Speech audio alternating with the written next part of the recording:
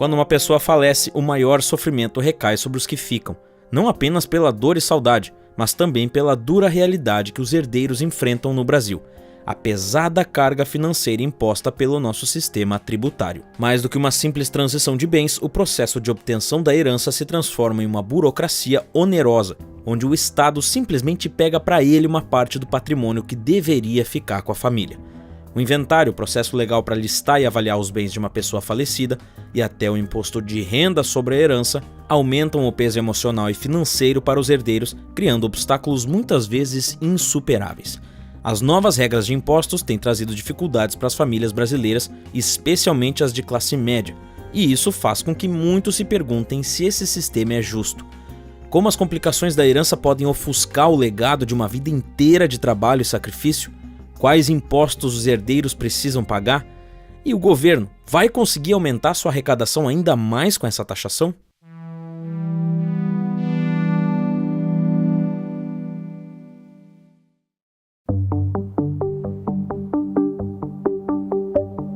Antes de receber uma herança, os herdeiros devem cumprir com obrigações com o governo, e uma delas é o pagamento do ITCMD, conhecido como o Imposto da Herança. O Imposto sobre Transmissão, Causa-Mortes e Doações é um tributo estadual que incide sobre heranças e doações feitas em vida. O ITCMD é um imposto que as pessoas pagam quando alguém faz uma doação ou deixa uma herança.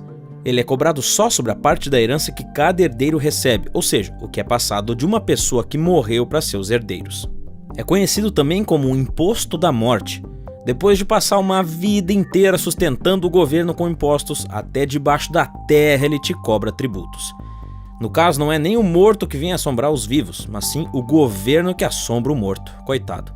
Se a pessoa que faleceu era casada e o regime era de comunhão universal ou parcial de bens, o cônjuge, marido ou esposa, terá direito a uma parte dos bens chamada de meação, que é metade do que foi juntado durante o casamento. Essa parte do cônjuge não paga imposto, porque já era dele. O imposto só é cobrado sobre o que vai para os herdeiros. A taxa do imposto pode variar de um estado para outro e também depende do valor que cada herdeiro vai receber.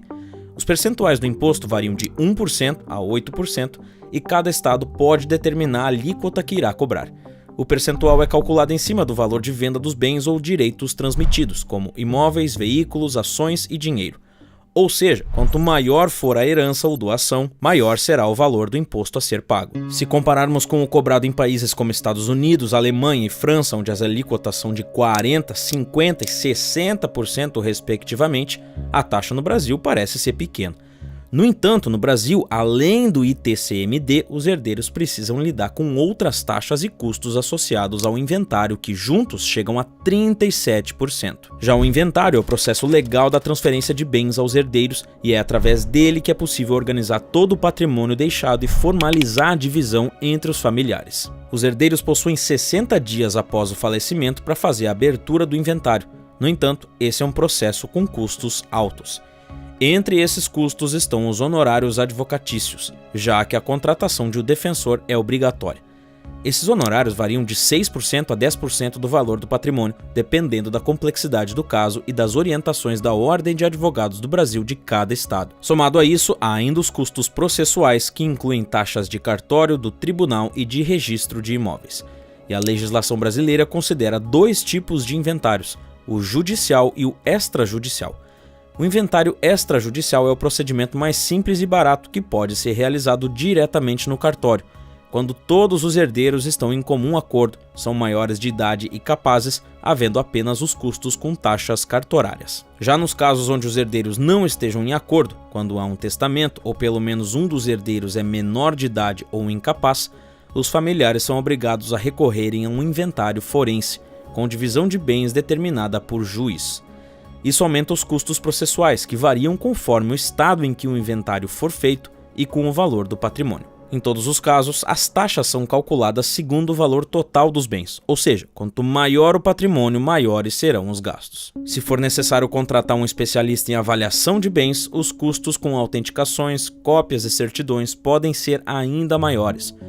Isso se não considerarmos multas e taxações. Quando o prazo de 60 dias para a abertura do inventário não é cumprido, é adicionada por lei uma multa de 10% ao ITCMD. E passando do prazo de 180 dias do falecimento, a multa será de 20% sobre o valor do imposto.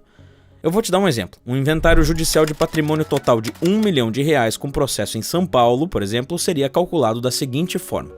Com a alíquota do ITCMD determinada pelo Estado de 4%, o recolhimento do imposto seria de R$ 40 mil. Aproximadamente 6% iria para o advogado, somando mais 60 mil. Se estipularmos um custo judicial de cerca de R$ 10 mil e custos administrativos de R$ 5 mil, o valor total de custos chegaria a R$ 115 mil. Mas e quem não pode pagar esse valor? Não só isso, sem a certeza de quem herdará o quê? Quem assumirá essa despesa toda?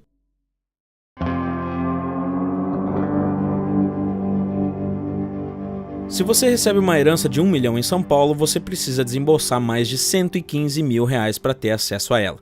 Segundo o diretor da Contabilidade Internacional, Roger Mitchell, somando o imposto às custas de inventário, nosso país impõe um ônus significativo às famílias brasileiras na transmissão de bens aos herdeiros, prejudicando a transferência de riqueza geracional. Só que em muitos casos, o inventário pode se estender por muito tempo e até o fim do processo é preciso apresentar ano a ano a declaração de imposto de renda do espólio, que é o conjunto de bens, direitos e obrigações deixados pelo falecido. E a responsabilidade de pagar o imposto de renda sobre o espólio, enquanto o inventário não é finalizado, recai sobre o inventariante, a pessoa escolhida para cuidar dos bens e obrigações do falecido. Essa pessoa deve declarar o imposto de renda do espólio todo ano e pagar os tributos se houver.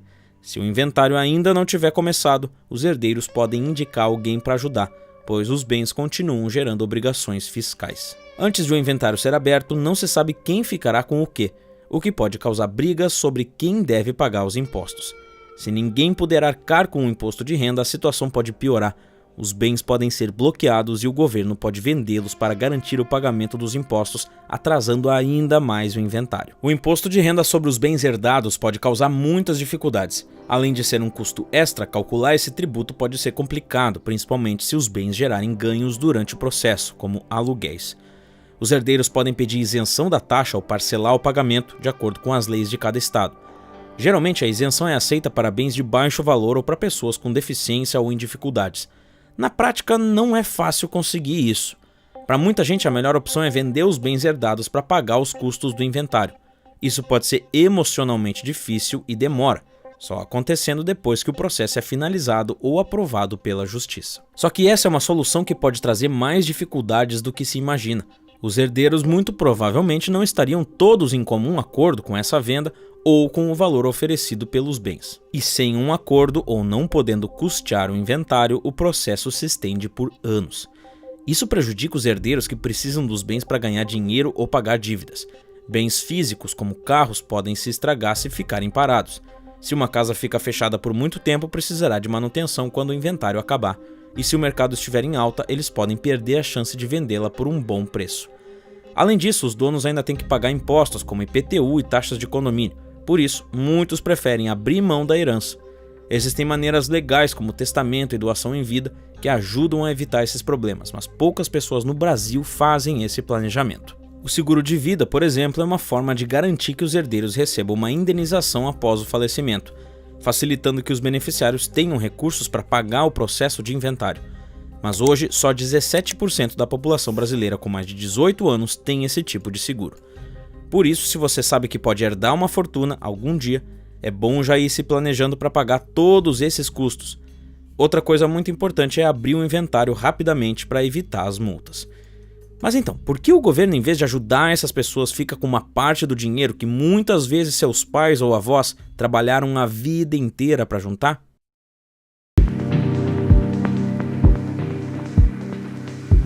A justificativa por trás da criação e cobrança do ITCMD dada pelo governo seria promover a igualdade de renda e desestimular a concentração da riqueza. Contudo, o que realmente acontece é que os impostos estão tornando mais difícil para as famílias mais pobres e de classe média receberem heranças. Enquanto os ricos conseguem pagar todos esses custos com facilidade e ficar com seus bens, a maior parte da população muitas vezes tem que pegar empréstimos, vender suas propriedades ou até abdicar da herança. Muitas dessas pessoas são pais que dedicaram sua vida para garantir um futuro para os filhos. Vários dedicaram seu tempo e saúde para garantir a segurança financeira da família. Em vida, uma pessoa trabalha quase 150 dias do ano apenas para pagar impostos aqui no Brasil. Isso significa que os impostos consomem mais de 40% do rendimento médio do brasileiro. E mesmo após todo esse trabalho, ao menos 10% de todo o patrimônio que você planeja deixar para seus filhos também será levado. Todo o imposto que a pessoa pagou em vida já não foi suficiente? O sistema tributário parece desconsiderar esse sacrifício ao cobrar impostos pesados sobre os bens que seriam a segurança financeira dos herdeiros. O governo consegue transformar um momento já doloroso em um pesadelo burocrático, prejudicando as famílias de diversas maneiras. Em vez de se aproximarem para apoiar uns aos outros, os herdeiros acabam brigando por se verem forçados a abrir mão de bens que representam suas memórias com os entes que acabaram de perder. Além disso, enquanto um irmão, por exemplo, pode arcar com uma parte maior da despesa e se sente explorado pelos outros, quem está desempregado e mais precisa de ajuda não consegue contribuir com os custos do processo e acaba se vendo obrigado a renunciar sua parte. O que deveria ser um momento de união se torna um conflito que separa ainda mais a família. É como se tivessem que conquistar aquilo que seus pais construíram para eles. O argumento de que os filhos não fizeram nada para merecer a herança desconsidera o papel fundamental da família na formação pessoal e financeira de cada um. O sacrifício que pais fazem ao longo da vida para construir um patrimônio é enorme. Muitas vezes esses pais se ausentam da vida dos filhos que sentem essa falta de várias maneiras. Essas ausências têm um impacto profundo que perdura até a vida adulta. Quantas crianças passam o dia em creches ou são cuidadas pelos avós enquanto os pais trabalham arduamente para que elas tenham um futuro melhor? E quando finalmente esse futuro chega, vem o governo e diz que essas pessoas não fizeram por merecer? Essa visão é injusta e ignora o esforço e a dedicação de todos os membros de uma família. Atualmente, a construção de propriedade pelos brasileiros é cada vez mais difícil. Além do alto endividamento das famílias, provocado em partes pela inflação, juros altos provocados por governos que gastam demais, desemprego, o Estado desincentiva a construção de patrimônio ao impor essa alta taxação sobre as propriedades. Em 2022, para uma família brasileira financiar uma casa, ela precisaria ter a renda mensal de no mínimo R$ 22,5 mil. A herança de propriedade passou a ser para muitos a única forma de se obter uma casa própria. Mas agora, com a reforma tributária aprovada e o aumento do ITCMD em pauta, qual será o impacto real das mudanças no futuro das heranças do Brasil?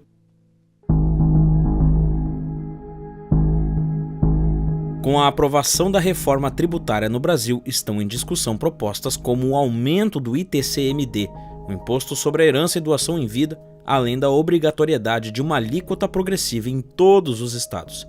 Tendo como principal argumento de que a alíquota sobre a herança do Brasil está muito abaixo da média mundial, as propostas consideram elevar o imposto de até 8% para 16%. Como resultado, milhares de famílias podem optar por abdicar da herança ou vender seus bens, aumentando ainda mais a desigualdade social, já que as famílias ricas conseguem se planejar e minimizar custos, enquanto as classes média e baixa enfrentam dificuldades financeiras para garantir seus direitos.